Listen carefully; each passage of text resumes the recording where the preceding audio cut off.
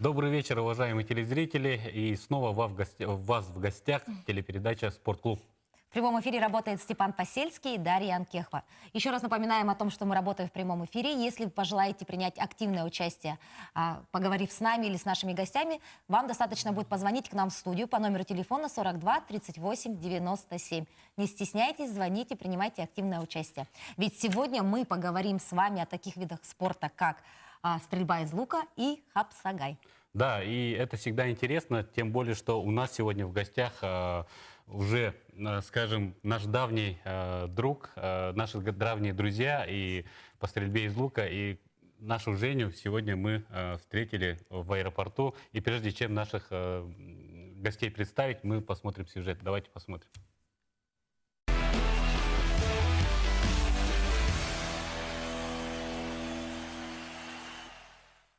Длительное турне Евгении началось после зимнего чемпионата Якутии, на котором она праздновала золотой успех в личном зачете, а также стала хозяйкой серебряной медали в командном состязании. Далее якутская лучница на 3 месяца покинула пределы республики, чтобы штурмовать пьедесталы российских и международных стартов. За это время Евгения отличилась 3-м командным результатом и 2-м личным на чемпионате и Кубке страны. Завоевала серебро чемпионата Европы в личном состязании и приняла участие на Кубке Азии. Последним соревнованием перед вылетом в Якутск стал чемпионат России, который прошел в городе Алушта. Евгения на пути к финалу оказалась сильнее лидирующих лучниц из различных регионов страны, но в решающем спарринге вновь остановилась в шаге от заветного золота.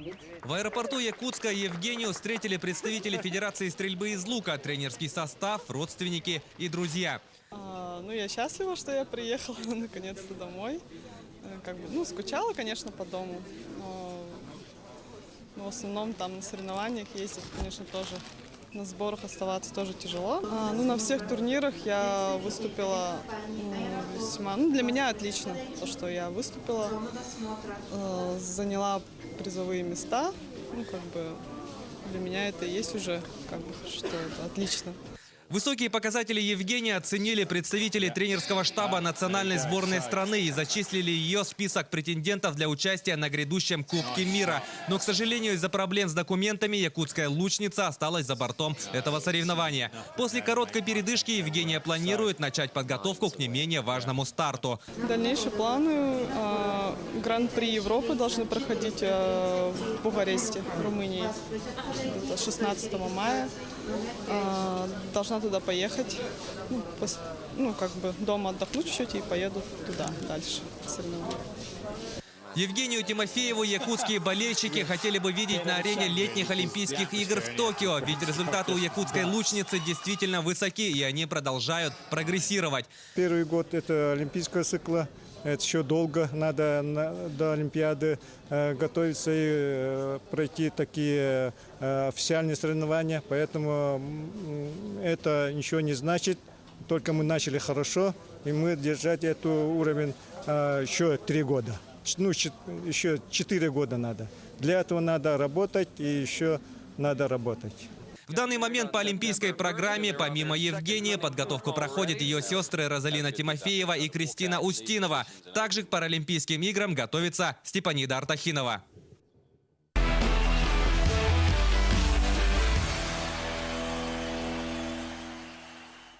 Вот такой замечательный сюжет от наших коллег. Ну а что ж, перед тем, как приступить непосредственно к беседе с нашими гостями, у нас есть викторина. Викторина специально для вас, дорогие телезрители, и вам нужно будет всего лишь ответить правильно и позвонить к нам по номеру телефона 42 38 97. Да, и вопрос звучит следующим образом. Все слушаем. Кто был основателем стрельбы из лука в республике Саха-Якутия? Но это, я думаю, что многие знают. И самое главное, в каком году он начал свою тренерскую деятельность? Ждем ваших ответов на наш телефон. Итак, необходимо отметить, что главный приз сегодня за правильный ответ, главный приз, уникальный приз, это индивидуальная тренировка с тренером по стрельбе из лука. Поэтому дерзайте. Да, и давайте приступим к разговору с нашими гостями. Конечно же, вы все догадались, что у нас в гостях Евгения Тимофеева, мастер спорта России по стрельбе из лука. Она уже сейчас является новоявленной призеркой и чемпионата России, и чемпионата Европы. Только что с трапа самолета, только утром прилетела. Поздравляем, конечно же, Женя с этим успехом. Ну и рады приветствовать. И, конечно же, Владимир Николаевич Тимофеев, заслуженный тренер Республики Саха-Якутия, тоже у нас был в гостях. И Павел Вячеславович Карпов, исполнительный директор Федерации стрельбы из лука Республики Саха-Якутия. Добрый вечер. Здравствуйте. Ну и опять же, примите наши поздравления. Мне кажется, поздравления не только от нас, но и от всех любителей стрельбы из лука, потому что Женечка у нас выступила замечательно. И первый вопрос, конечно, к тебе. Впечатления твои. Ты путешествовала 3 месяца. Вот мы встречались здесь, ну, чуть больше 3 месяцев назад в этой студии, и тогда мы обсуждали с тобой твои результаты именно на чемпионате республики. Прошло 3 долгих месяца. Мы знаем, что ты объездила полмира. Расскажи немножечко, где побывала, каковы успехи твои и с чем ты вернулась домой? В начале после чемпионата и Кубка России как бы по тем результатам оставили, отбор сделали между этими призерами. Там были сборы в Москве, потом отборку прошла и поехали во Францию, в Витель. Там тоже выступила На отлично. чемпионате Европы, хорошо. да? Да, В составе чемпионат сборной Европы. команды России. Да, там выступила, хорошо, как бы не ожидала, что займу место тоже. Это индивидуальная была Да, это стрельба, личное. Да, да? и Личное первенство, да? в личном первенстве, да, я заняла 2-е место, а в команде мы, к сожалению, стали 4-е. В шаге от медали, да? Да. И на тех же соревнованиях я выполнила мастер спорта международного класса. А вот кому уступили 2-е место на чемпионате Европы? Я уступила украинке. Немного, да, не хватило? Небольшой же, да, у вас? Там, конечно. Значительно, да, было? Да, значительно было. Ага. Но А тем не- вообще в составе сборной России сколько человек было, помимо тебя? 3. 3. 3 в команде женщин. То есть и ты 3 показала мужчины, себя и 3 очень женщины. хорошо. Да, можно сказать. Далее куда ты отправилась? Это было на 18 метров, как бы, дистанция. Потом нас отправили сразу на сборы в Таиланд. Там уже на дистанции 70 метров, уже олимпийская дистанция. Там у нас сборы, конечно, были, дней было очень мало. Мы там постреляли чуть-чуть и сразу на Кубок Азии. Как бы там, выступила там средненько, лично я. Мужчины заняли 2-е место в команде, в сборной России. Все, потом, это было в Бангкоке. Потом мы приехали в Алушту. И уже в в Алуште, Крым, да? да, в Крым. Там уже были где-то 30 дней. Сначала у нас там были сборы. Весь состав сборной России туда приехал, и мы там проходили тренировочные сборы. И потом начался чемпионат России уже. В том же Алуште, в том же городе. И вот там вы заняли Да, и 2-е место, да? И вот там тоже, да, я заняла призовое место. И после этого нас оставили на отбор тоже там же, в Алуште. То есть практически около месяца ты была Да. в Алуште. Да. Ну и тогда вопрос к Владимиру Николаевичу, как к тренеру. У нас Женечка заняла и там серебряным призером стала. Чего не хватило буквально чуть-чуть, может быть, в технике, может быть, в поведении, может Да, быть, в чем к надо работать, адаптации. да. Да, над чем нужно поработать, вот именно, чтобы взять золото?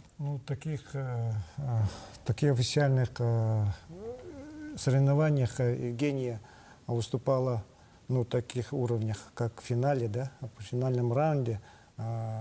Один раз только в 2014 году Кубка России заняла 2-е место тоже. И в 2015 году чемпионат России 4-е место заняла тоже, за 3-е. То есть прогресс есть, да, виден? Проиграла. Вот в этом году только начала стабильно каждое соревнование, каждому Попадать в соревнованию, призеры. да, показать результат хороший, да. Но это 2-е место, каждый раз 3 соревнования подряд 2-е место, это неплохо, но... Стабильный результат. Да, неплохо, но какой-то барьер здесь уже появился. Я Нужно чемпионский характер, да, воспитать? Да, сейчас она приехала только что дома, сейчас где-то около 10 дней будет и дальше поедет на соревнования. То есть всего 10 дней на отдых, да, и Да. дальше. Ну, эти 10 дней будем поработать, чтобы над этим, который на этот барьер, чтобы не было в дальнейшем-то. Поэтому там и время еще, это как-нибудь немножко передышит, отдохнет, Спасибо. потом может заново начнет, тогда Да. может получиться. У нас есть звонок от телезрителя, давайте послушаем. Добрый вечер. Здравствуйте, говорите. Алло, здравствуйте. Здравствуйте. Скажите, пожалуйста, вот вы весь день тренируетесь, стреляете из лука, у вас напрягается спина, руки и в то же время и ноги. А скажите, пожалуйста, какую вы делаете зарядку, чтобы расслабление получить вот этих мышц? Очень Спасибо. интересный вопрос, да? Да. Ну, расслабление в основном делаем растяжки, как бы на плечевые, там, ну, вот такие упражнения. чтобы Специальные растягивать. упражнения, да, есть? Да, Комплекс чтобы упражнений, растягивать. которые позволяют все-таки... Да. Павел Вячеславович, скажите, пожалуйста, вот федерация, да, насколько вы сами довольны, да, успехами нашей спортсменки, Жени, и какие планы у федерации? Ближайшие, Да, у нас совсем мало времени. Ну да, мы как новый состав федерации очень рады нынешним успехам нашей сборной команды. И в лице вот Евгении тоже очень отрадно, что она завоевала подряд несколько медалей. И хотели бы пожелать, чтобы этот барьер второго места перешел на золотые медали.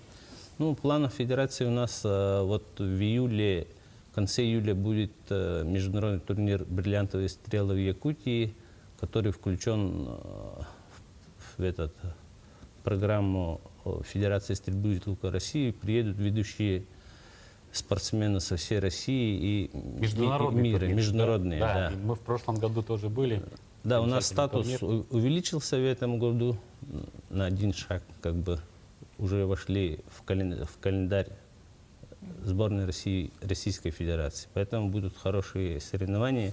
Да. Приходите, зрители, посмотреть. Посмотрите. Да, спасибо. Да, спасибо большое. И, Евгения, мы знаем, что совсем скоро, 16 мая, если не ошибаемся, ты уезжаешь в Румынию. И там что тебя ждет, и где мы можем болеть за тебя? Ну, даже не знаю, может, в Ютубе. На Ютубе. Ага, может быть. Это Кубок Европы, да? Нет, это Гран-при Европы. А, Гран-при Европы. Гран-при Европы. Да. Ну что ж, мы пожелаем тебе У нас удачи, совсем мало, успехов. Время нашего эфира ограничено. Мы надеемся, что скоро ты вернешься к нам в студию с золотыми медалями. Ну а вы, дорогие телезрители, не переключайтесь, потому что после рекламы мы еще поговорим с вами о борьбе Хапсагай.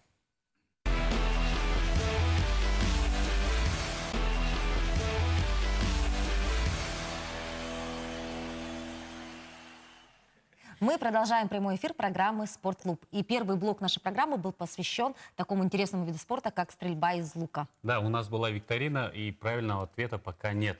Я хочу повторить вопрос. Кто был основателем стрельбы из лука у нас в Республике Саха-Якутия? Это я знаю, что Многие знают этот ответ, наверное. Ну и в каком году он начал свою тренерскую деятельность? Вот ждем ваши ответы на номер телефона 42 38 97. Также на этот номер вы можете позвонить и пообщаться с нашими гостями, которых я вот с удовольствием представляю. Ну, необходимо, наверное, отметить, что вообще, почему вдруг эти гости у нас сегодня в студии. Ведь 29 апреля в Монголии, в городе Улан-Батор, прошел открытый чемпионат Монголии по борьбе Хапсагай. И сегодня непосредственные участники этого мероприятия у нас сегодня в студии. Да, они вот буквально на днях тоже приехали в Якутск и готовы с нами поговорить о своей поездке, о своих впечатлениях.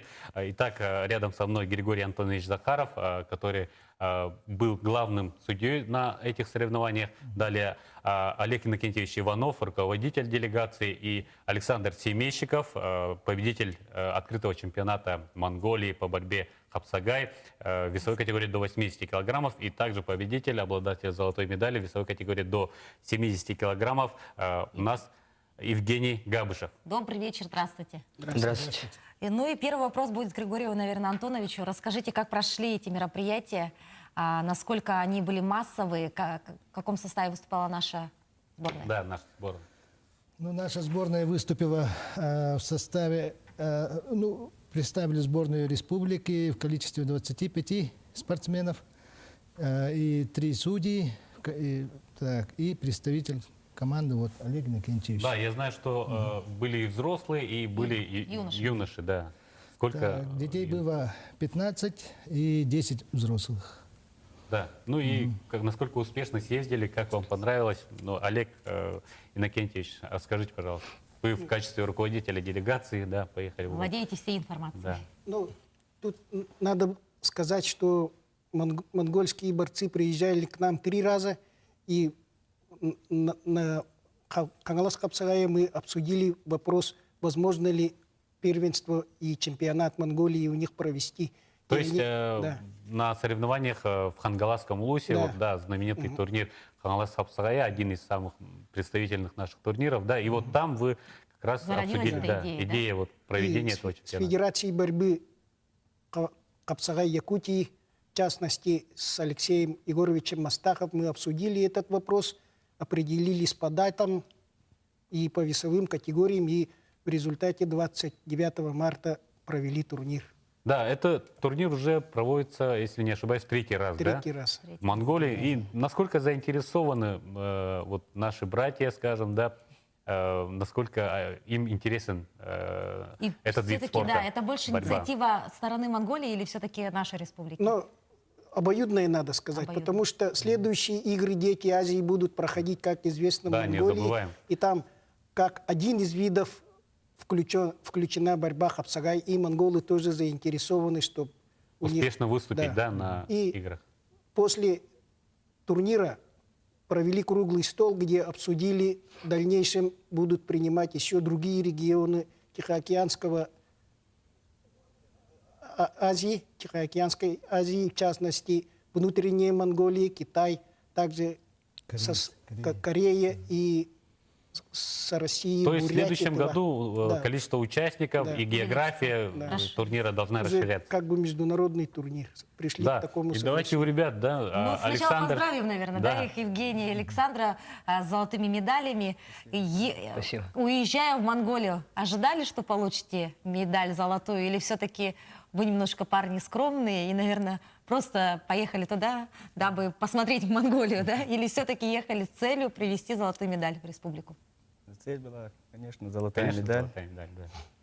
Поехали. Ну, мы приехали в Улан-Батор, в город, и за 2 дня раньше до соревнований у нас была возможность потренироваться с местными борцами, с монголами.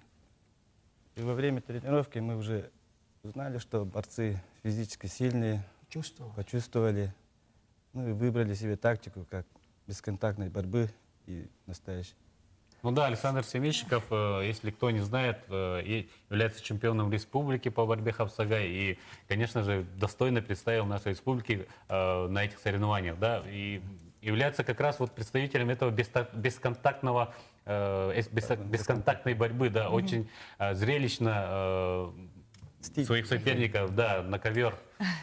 А Евгений, расскажите о своих впечатлениях. У меня Монголия впечатления, конечно, хорошие. Как вот мой товарищ говорит, физическая сила у них, физическая сила. Очень мощные, да, ребята. Очень У нас мощные. наша съемочная группа же вместе с вами тоже ездили, да. Джоустан Захаров, наш комментатор, наш спортсмен, наш красавец, и наш режиссер Антон Никифоров тоже с вами ездили, и тоже, конечно же, Восхищены мы были. их, да, сюжет обязательно еще посмотрим. Вот скажите, пожалуйста, вот действительно монголы, да, вот как народ, как борцы, да, как спортсмены, они говорят все, что они очень сильные физически, да, очень мощные ребята. Вот есть ли такое действительно? Да, есть такое, как камни, тяжело. Но я сам борюсь, вот мне лучше так бороться. Мне То есть вот с их- достойным соперником, да? Ну и тогда вопрос следующий. А чем же отличается школа вот якутская, школа Хапсагая и монгольская? В любом случае есть различия, да? И вот на ваше мнение, чем отличается? Да, у них своя национальная борьба тоже есть, У да. них есть похожая борьба на наш Хапсагай, но у них есть, ну, как бы куртки, ремень. То есть опять же борьба на поясах, да, вот. Ну и тоже на касание. Коснулся, уже проиграл, как бы. Похожее. Но все представители вот, сказали, что очень красивая борьба Хапсагай. и очень честная, как бы. Им очень понравилось, и вот в дальнейшем они очень будут развивать дальше. Да. Тут можно добавить, что если в первом круге, наверное, ребята будут согласны со мной, они были ошарашены немножко, но уже ко второму, к третьему кругу они уже поняли нашу борьбу. Даже были моменты, когда они применяли наши коронные приемы, как тюрген, Тюрген, ага. и работа ногами подсечки. То есть достаточно смышленые, да? Да, да. Ну, Быстро схватывали. да, конечно же. А у них всех борцовская школа, конечно же, да, и поэтому, конечно, для них не составляло большого труда. Были конечно. достаточно именитые борцы Монголии, там чемпионы и призеры мира были по вольной борьбе, по дзюдо.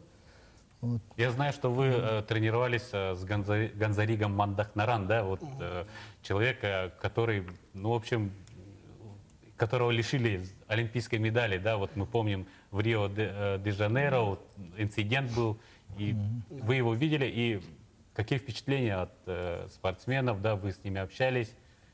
Я знаю, что его очень чтят, да, в Монголии, и Уважаем. его Уважают. уважают так же, как и олимпийского призера, насколько я знаю. У вас впечатления какие? Александр. Впечатления, конечно, хорошие. Борцы очень были сильные. Не только не он был, там еще был борец, серебряный призер мира, Намин Ботбол в Лас-Вегасе. Да, он у нас тоже в гостях. Заслуженный мастер Да, спорта да. Монголии. Ага. Ну, они все вместе тренировались. Видели их, хорошая тренировка у них, сильная. Подготавливались к Монголии Open. Да, вот хочу спросить у Евгения. да, Евгений сидит Евгений, вот, довольный, да? Счастливый. как ты отбирался вот на эти соревнования, да, и вот скажи... Вообще, как давно сколько- занимаешься, да, и- Хапсагай? Да, про себя расскажи чуть-чуть тоже. Ну, я давно занимаюсь, и вольный занимался, и в Хапсагае начал заниматься. С детства, да, тоже Да, с занимаешься детства. борьбой? И вот сколько у вас было человек весовой категории? Ну, у нас 70 килограмм, не 70, а 74 килограмма. 74. Да. У нас самое большее количество у нас было людей. Они немножко изменили там. Мы предложили Весовые 70. категории, ага. Приехали туда, они сказали, будет весовая Чуть-чуть категория побольше, 70. да? Схитрили немножко, да? Да, схитрили чуть-чуть. Свои, как им удобно сделать. Но мы не стали, как есть. Не так есть. растерялись. Да. Да, еще раз показали. скажите, пожалуйста, да, вот сколько весовых категорий и сколько золотых медалей перевезли? Это 15 весовых категорий было, и из них 8 золотых медалей завоевали якутские борцы. То есть Взрослых больше половины, Больше да? половины. Взрослых 3, среди юношей 5. 5. Ага. Хорошие показатели. Итак, уважаемые телезрители, не забывайте о том, что мы работаем в прямом эфире. Если вы желаете задать свой вопрос нашим уважаемым гостям, звоните к нам по номеру телефона 42 38 97. Присоединяйтесь к нам. Да, еще такой вопрос, да, вот у нас еще есть национальная борьба и есть вольная борьба, также и в Монголии, да, у них развивается параллельно и олимпийский вид спорта, вольная борьба, и развивается и национальная борьба. Вот как вам кажется, да, насколько большое внимание уделяют именно национальной борьбе, национальным видам спорта, своей культуре? Каковы ваши впечатления? Сейчас, Андрей Николаевич. Я уже там побывал несколько раз по их приглашению, участвовал в их национальном празднике, Всемирных играх монголов, Надам называется. И у них очень престижна национальная борьба. Они даже ставят выше по рейтингу. У них, если чемпион Монголии по национальной борьбе, то это уже национальный герой. Очень обеспеченный человек. Он очень узнаваемый. Уважаем. При жизни ему уже ставится памятник. Так что национальная борьба у них очень сильно развита. Но после соревнований они отметили нашу борьбу. Это очень хорошая, умная. Тут не только важна физическая сила, но и тактические, умственные все эти. Они это очень отметили. И сказали, что на будущий год они еще лучше подготовятся. Они вот такие дипломы сделали специально. К этому И турниру, к да, этому вот замечательные турниру. И медали такие мы смотрим, медали. да? Ага. Можно покрупнее взять, да. Да. И что там изображено, кстати, на медали? Но на медали тут надо к слову сказать, что Хангаласский улус имеет связь с Чингальтейским районом. Уже Монголии. обмениваемся не только в области спорта, по образованию, культуре. У нас очень много с ними связей, и мы попросили их организовать этот турнир. К нашей великой радости они вплоть до дипломов И медали, медалей. да? Ага. Замечательные медали. Замечательные медали. Все были очень довольны. И надо сказать, что основной состав, они размещение, питание бесплатно То есть привели нас. организацию Да. они провели Да, на высоком уровне, высочайшем да? уровне. Это тоже ведь показатель именно взаимоотношений между Монголией и нашей республикой, и, конечно же, вообще отношения к такому мероприятию, как чемпионат Да, по Монголии, Хапсагаю, да. да. Вот у вас действительно у всех такие положительные отзывы, да, о Монголии, и об этом мы обязательно поговорим во второй части нашей передачи. Да? Обязательно. Ну и скажу, что у нас будет готов обязательно сюжет, который вы сможете посмотреть через пару минут. Ну а я хочу повторить вопрос нашей викторины, да, кто был основателем кто был основателем стрельбы из лука у нас в республике и когда начал свою тренерскую деятельность. Звоните по телефону 42 38 97. Ну а сейчас короткая рекламная пауза.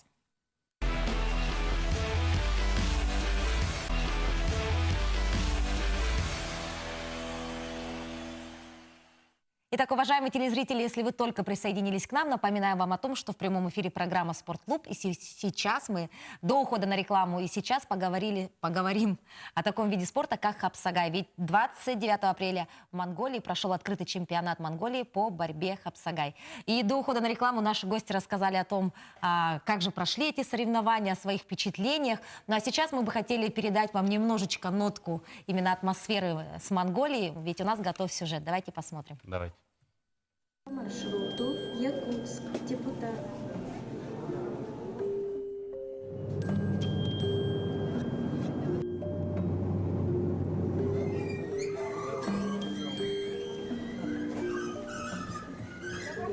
Проходите, пожалуйста.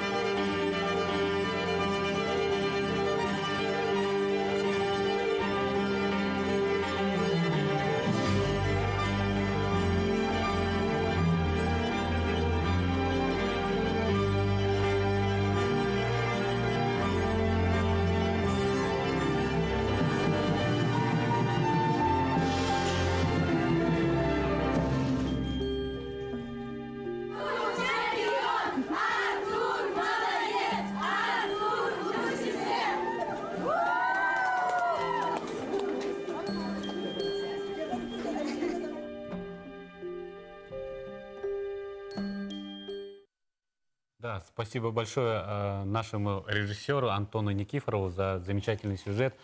Человек, который неустанно нас удивляет практически каждый день. Да? Спасибо большое. Ну и, конечно же, к нашим гостям. Вот наши телезрители смогли сейчас убедиться, насколько вот она красочна и гостеприимна, именно Монголия, насколько там солнечные люди, и как встретили нашу делегацию там. И вот мы знаем, что помимо активной, спортивной, да, вот именно жизни, вашей такой тренировочный процесс соревнований, у вас была очень хорошая культурная программа. И я знаю, что вы даже восхищены некими моментами. Вот можно рассказать немножечко, что же проходило вне соревновательного процесса? Помимо соревнований у нас были официальные приемы. Чингальтейского района глава, префект, принял нас очень тепло, было видно в сюжете. И о дальнейшей нашей спортивной работе, о будущих турнирах говорили. Кроме этого, приняли нас в парламенте и вручили от парламента вот такие руководителям делегации медали. И еще был один прием в Главном управлении полиции Монголии с начальником общества «Динамо». Григорий Антонович у нас является динамовцем. И у нас же есть еще второй по значимости турнир на призы министра МВД. И мы приглашение от имени Федерации, от имени динамовцев. И там Григорию Антоновичу вручили вот такую медаль. Вы все при орденах и медалях из Монголии. Да. Может быть, Григорий Антонович скажет, за что вам вручили данную медаль и какое отношение вы имеете именно к Министерству внутренних Видно, дел, что да? хорошая страна, да?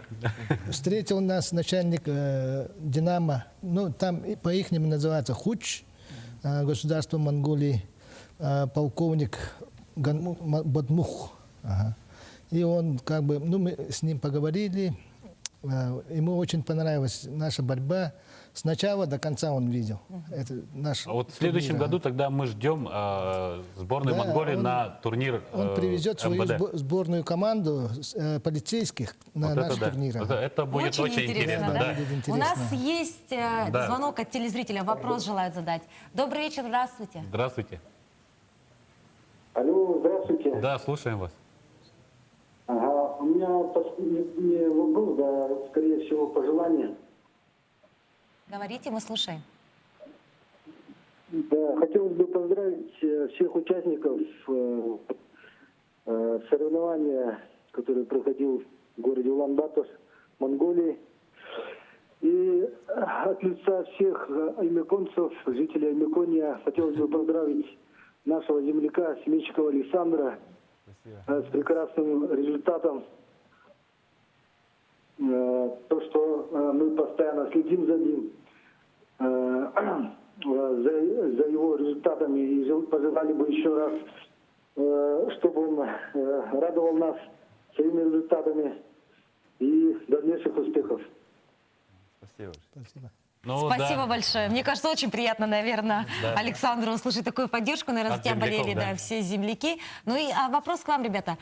Помимо вот моментов соревновательных, ваших замечательных медалей и достижений, что вам запомнилось в Монголии? Ну вот из культурной жизни. Больше всего, Александр, что вам запомнилось? Самая еда, да? Еда. Еда. Ребятам понравилась еда. Очень сытная, вкусная. Ну а что ели-то? Все мясное. Вообще, баранина, суп из баранины и потом... Ну и как они? Суп подают на пиале, порция у них как большая, как миска. И именно поэтому все монголы очень Наверное, сильные может физически, да? быть, да. Потому что едят много мяса и в большом количестве, да? Да, да. Евгений, а может быть вам что-то запомнилось помимо мяса? Ну, площадь Чингисхана. То есть посещали какие-то Посещали, культурные, да. да? Музей посещали. Понравилось? Музей, да. Очень хорошо знают свою историю монголы и очень ее гордятся этой историей, да. Ага. Уважают.